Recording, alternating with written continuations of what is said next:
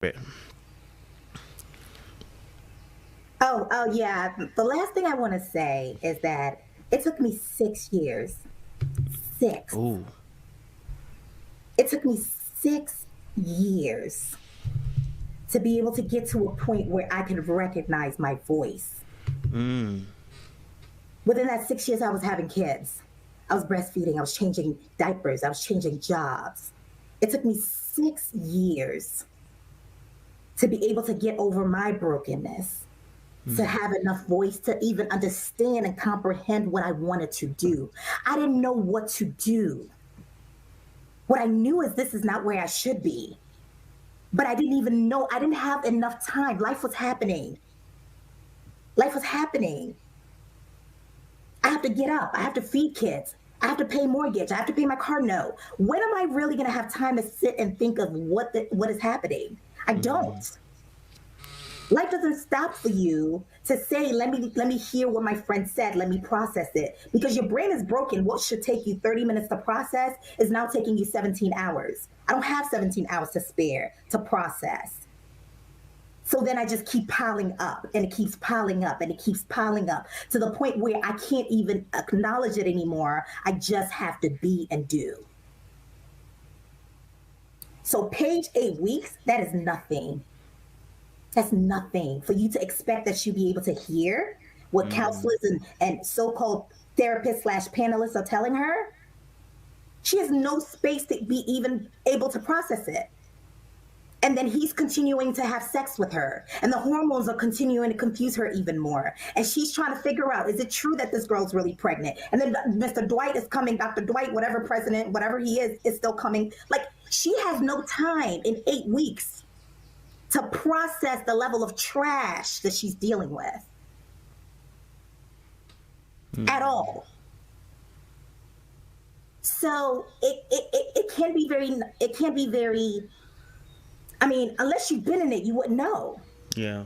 You would not know. 6 years. And it takes a village. It doesn't take one person. I had 9 friends who were close to me, who were involved in my marriage, so therefore they knew a lot about my marriage. Only 2 were lifelines. True lifelines who really got me out. They didn't get me out, but they were lifelines enough that I could sit within them, speak my whole truth, hear it, process it, and then I was able to get some answers. And that's what a counselor really does. But I had my girlfriends because I had to break, and I was at a point where I had nowhere to go but to call, them and really talk. Was it the two do that the others didn't then? They had it in them naturally to probe. And this is one of the things that I was telling my girlfriends. If you are a girlfriend who doesn't probe, who feels like you want to walk away, don't feel bad about it. Don't feel bad about it. If it's not in your nature, it's not. And if it's not in your nature, you're actually going to do more damage because you're going to be saying things like you're not listening, which is damaging. You're going to be saying things like you're hard headed, which is damaging. You're going to be, because I am doing my very best. I am doing the best that I know how to do to just survive and breathe and go to work and take care of kids. And if you have the nerve to also tell me I'm not listening, what do you mean? I'm trying to survive. What do you mean I'm not listening? So sometimes if it's not in your nature, you will not be able to get through because it's not in your nature, and that's okay. Don't feel bad about it. But don't be damaging also. Like don't be extra damaging by saying things like she's not listening because she just can't hear you. Your sister can't hear you. Your girlfriend can't hear you. They just can't hear you. Or even when they hear you, they can't process it. They just can't because they're broken. That's what brokenness means. They can't process. And it takes a village. And that's why, even before you get to a point of brokenness, and another thing I said on the live is that no one is above brokenness. Nobody. You get a certain level of circumstances around you, you will be broken. So if you're not broken, that's a blessing that you need to count. Because no one is above brokenness. We don't know the point of breakage until you're broken. And you're like, whoa, I'm not myself. No one is above failure. No one is above brokenness.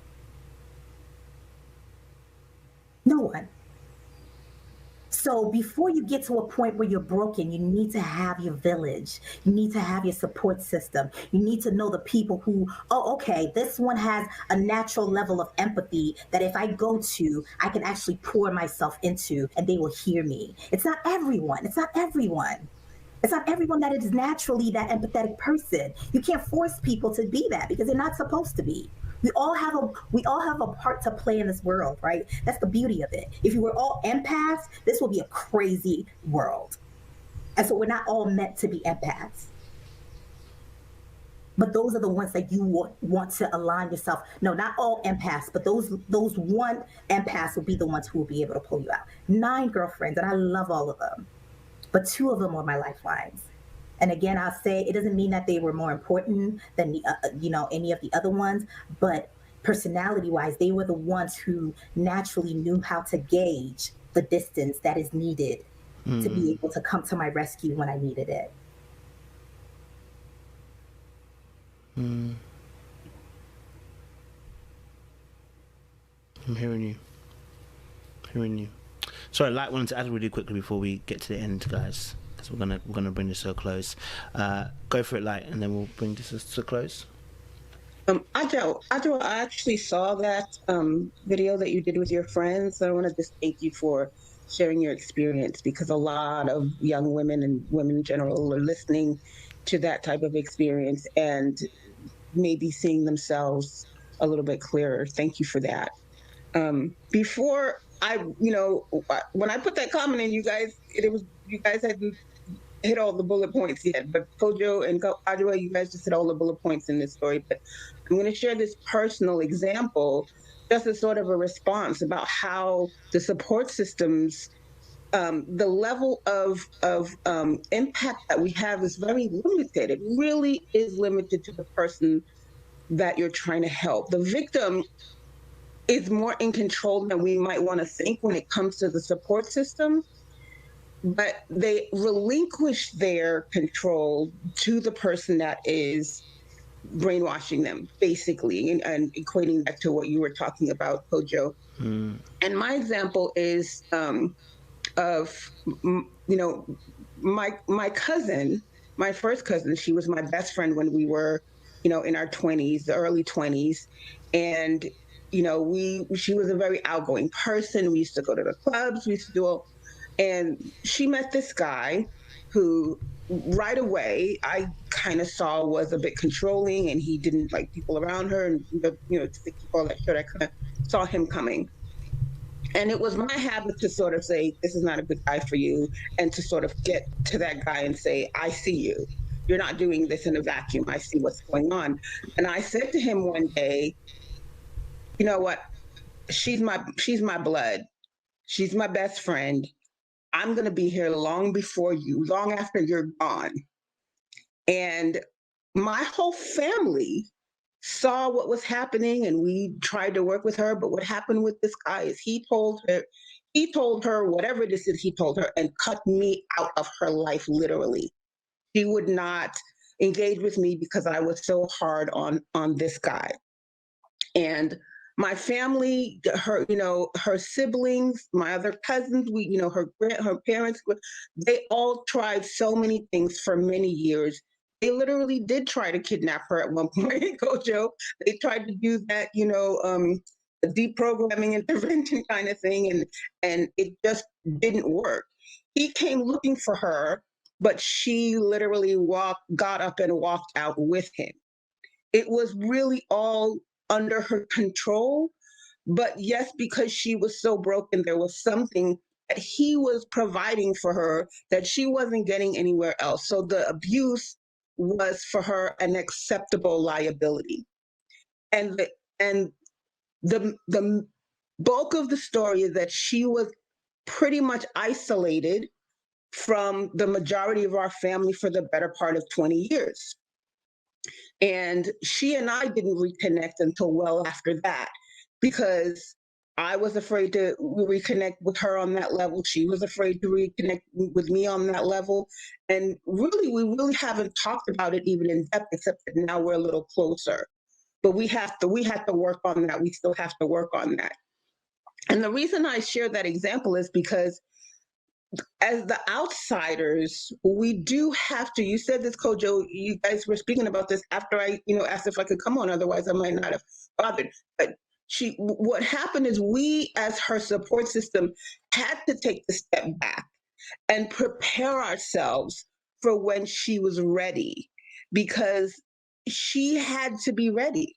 And we said those same things that Ajo was sharing, is you're not listening, you're not hearing us, you're not, we're trying to shake you, we're trying to do all of these things.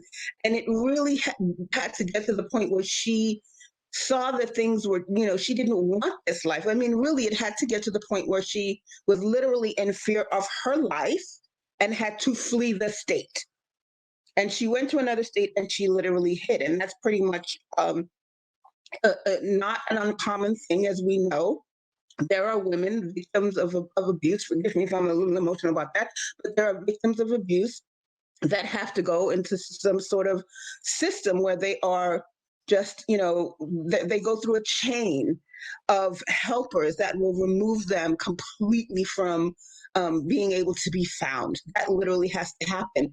But that person, whatever it is that is broken in them, they have to at least get to the point where they acknowledge that they are broken in that way. They have to acknowledge for themselves that they can't handle what's going on anymore.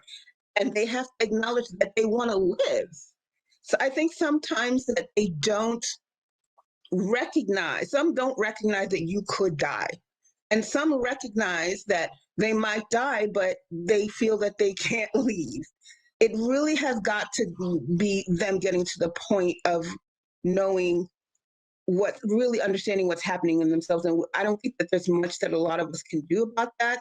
Maybe, professionals can reach in and do that. It's sort of, didn't take that for my cousin, but I think we just have to sort of, as I said, stand by, be prepared. We still love you. We're here. We're going to be here when you need us. And maybe, he got rid of me before, he was actually, he took a lot of time from us. But when the time came, my family was still standing there waiting. And that is my encouragement to anybody, is if you have to take a step back for your own mental health, I think that that's important. But I think that if you want to be of any kind of an impact, that you do have to not be a part of their problem. The more you're badgering them, the more they feel they have to deal with, the more stress they feel they're under between the person that they're that they're in a relationship with and this person that is not respecting their choices from the way they're looking at it. We just have to say, okay, I'm here. I don't want to see you get hurt. I would prefer to come get you, but I'm here when you're ready. And hopefully, I think that's the thing that's triggering a lot of people about Paige, is that we know how bad it can get, not just emotionally and not just mentally, but I've said before, I looked at Eric sort of in the same way, because I think he is a gaslighter, and I think outside of the cameras that he can become controlling in that way, mentally controlling. But I never thought that he would become physically abusive. With Chris, I wouldn't put it past him that he would become physically abusive. And that, I think, is what scares people with Paige, is that it can get so much worse. It's only been 8 weeks. If you stay with him, what is it going to look like in 8 months? Are we going to start seeing bruises that you're going to, cover up on your face? What's going to happen? And so my encouragement is just stay with them, even if you have to just take a backseat for a second. That's not a pleasant way to feel about it, but that's just my experience. Appreciate it, Light. Thank you very much. Thanks for that. Thank you very much, Light. Very much. Yes, guys, we are coming to the end of the live. Okay, it's been a heavy one. Get me. Before we get there, I'm gonna let Miss Jacob just promote. I know she got a live that she did as well, and I think many of you will be blessed by it. So, and I know you got one upcoming as well. So go for it. Yeah. Hi, y'all. I didn't want to hijack Kojo's channel to really be all extra deep with it, because usually, I'm the one that's